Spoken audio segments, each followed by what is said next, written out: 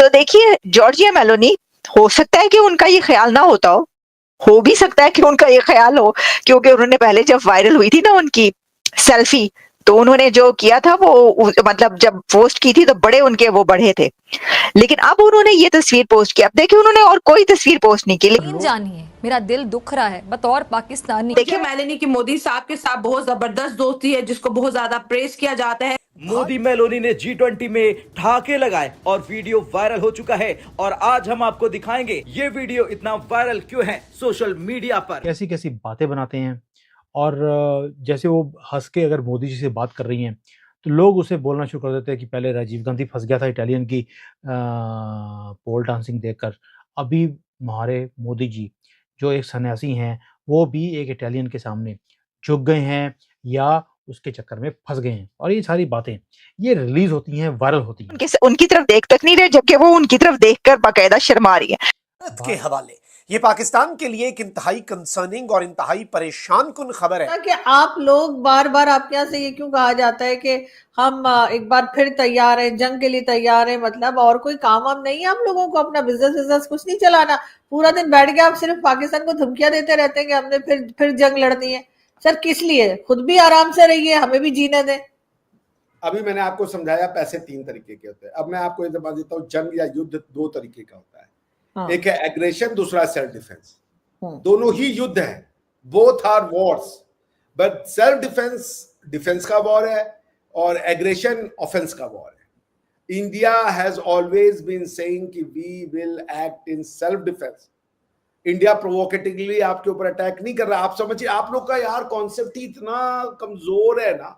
आप हर देखिए, आप बाहर जा रही हैं, मान लीजिए इस्लामाबाद में किसी ने आपसे मोबाइल छीनने की कोशिश की, आपको घुसंड मार दिया, आपने अपना मोबाइल बचाने के लिए उसको 4 घुसंड मार दिए। अब लोग कहिए देखो आरजू ने बेचारे को मार दिया, आरजू इतनी बड़ी हत्यारन है, आरजू देखो कितनी बड़ी दुष्ट है, उसको मारा। ये कोई बता नहीं रहा कि भाई मोबाइल बचाने के लिए पहले आरजू के ऊपर अटैक हुआ था।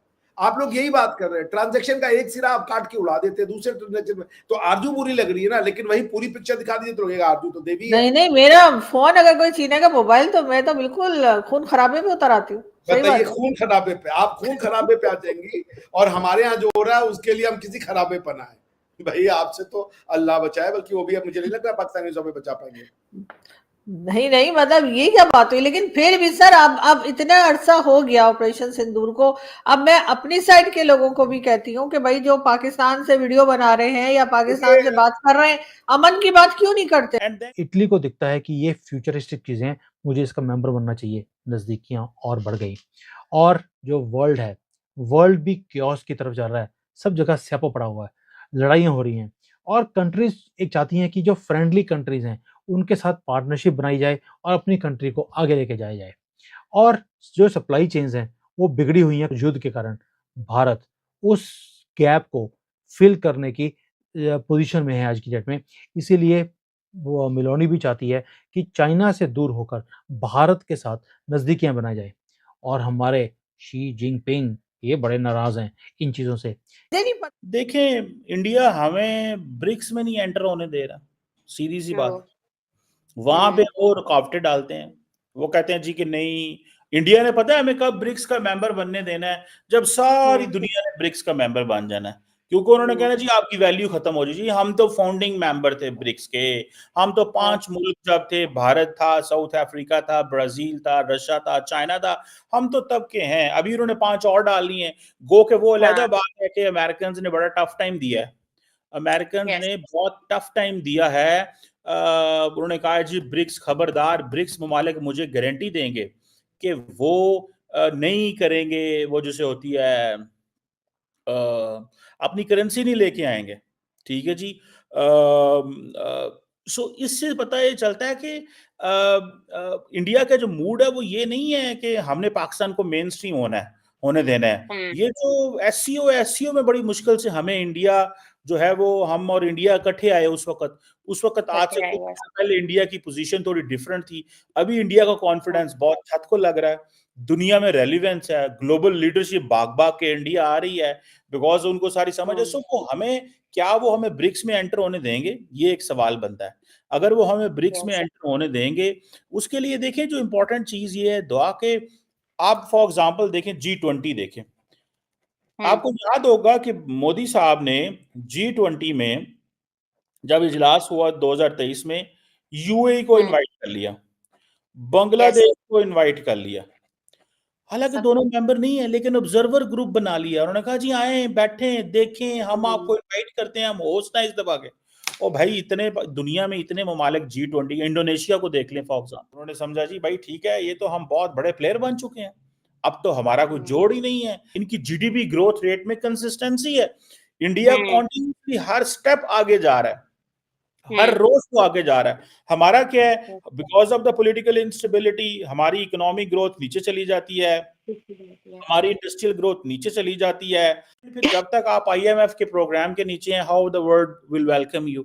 आप दुनिया में आप या तो आप कहें ना जी कि हमने आईएमएफ को खैरबाद कह दिया, thank you very much, okay good. जब आपने आईएमएफ को छुट्टी करा दी तो देन अब किधर जाना है? आप जी देखें जी, अब हमारी इकोनॉमी खुद चल रही है। तो ये जो G20 है को आईएमएफ से सपोर्ट तो नहीं लेते सारे के सारे, ये कोई आईएमएफ से तो नहीं मदद लेते। जब हम आईएमएफ से जान छुड़ा लेंगे, हमारा इकोनॉमिक ट्रैजेक्टरी बेहतर होगी, दुनिया हमें देखनी समझनी शुरू हो जाएगी कि भाई ठीक है, वी आर गुड इनफ कि हमें नजर आ रहा है कि इस इकोनॉमी के अंदर पोटेंशियल है।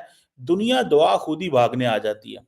दुनिया को बड़ी समझ है कि हमने कैसे, वो जिसे कहते हैं ना, करीब आना है, कैसे चीजों को बेहतर करना है। दुनिया अंडरस्टैंड्स थिंग्स वेरी केयरफुली। उनको हमें अपने माइंडसेट को प्रोग्रेसिव रखना है, आगे लेके जाना है। और जैसे इंडिया को देखें ना, वो हर चीज में हावी है, तो आपको हावी होने की कोशिश करना चाहिए। आप एक स्ट्रांग मुल्क हैं। ये तमाम वेस्टर्न वर्ल्ड के साथ आपने मिलके पिछले 10-15 साल के साथ अभी इतनी काउंटर टेररिज्म की जंग लड़ी है। Everybody knows you. ठीक है, हम एक सिक्योरिटी स्टेट हैं, हमारे इंटरनल मसले हैं, डिसरप्शंस हैं, नॉन स्टेट एक्टर्स के प्रॉब्लम है, हमें सारे मसले मसाइल हैं, but that does not mean कि हम कोई माड़ा मुल्क हैं। 250 मिलियन की में गोल्डमैन सैक्स ये कहता है कि this will be the 12th biggest economy in 2075। तो हो सकता है हम उससे पहले भी हो जाएं, कुछ जरूरी थोड़ी है। The only thing which is required is कि हमें कंटिन्यूटी चाहिए। कि भाई प्रधानमंत्री और इटली की प्रधानमंत्री के ऊपर क्या मीम्स चले हैं, क्या टेम्परेचर गर्म रहा है, पूरा ट्विटर इन्होंने गर्म कर दिया, फेसबुक भरा पड़ा है। आप कोई भी न्यूज़ देख लीजिए, सब जगह पर एक ही खबर है, प्रधानमंत्री मोदी और मेलोनी जो है वो भारत के क्लोज आता जा रहा है। मोदी जी के साथ इनकी बहुत ज़्यादा नज़दीकियाँ बढ़ रही हैं और इसलिए चाइना के लिए ये रिलेशनशिप डिजास्टर्स होने वाला है, क्योंकि इटली ने और ग्रीस ने, ये जिनको हम बोलते हैं गेटवे टू यूरोप, सी की तरफ से, दोनों ने आज G20 शिखर सम्मेलन के दौरान जोहान्सबर्ग, दक्षिण अफ्रीका में प्रधानमंत्री नरेंद्र मोदी और इटली की प्रधानमंत्री जॉर्जिया मेलोनी की विशेष मुलाकात हुई। दोनों विश्व नेताओं ने गर्मजोशी से हाथ मिलाया और एक दूसरे से मिलकर कई बातें साझा की, जिसे देखकर 127 देशों के प्रतिनिधि भी चौंक गए। इस मुलाकात ने वैश्विक मंच पर खास चर्चा बटोरी। मेलोनी और मोदी की इस मुलाकात को खास इसलिए भी माना जा रहा है क्योंकि दोनों नेताओं के बीच पिछले कुछ सालों में काफी करीबी और सहयोगपूर्ण रिश्ते देखे गए हैं। दोनों ने पूर्व में भी कई ग्लोबल सम्मेलनों में साथ मिलकर काम किया है। इस बार भी G20 के मंच पर उनकी यह बातचीत कई महत्वपूर्ण वैश्विक मुद्दों जैसे क्लाइमेट चेंज, वित्तीय स्थिरता और आतंकवाद के खिलाफ समन्वय पर केंद्रित रही। पाकिस्तानी मीडिया भी इस मुलाकात को लेकर असमंजस में नजर आया। कई पाकिस्तानी चैनलों और अखबारों ने इस पहलू को बड़े आश्चर्य के साथ पेश किया, जहां भारत की कूटनीति की छवि और मजबूती को लेकर चर्चा हुई। उन्हें यह देखना भी चौंकाने वाला लगा कि भारत और इटली जैसे देशों के बीच सहमति कितनी तेजी से विकसित हो रही है। विशेषज्ञों का मानना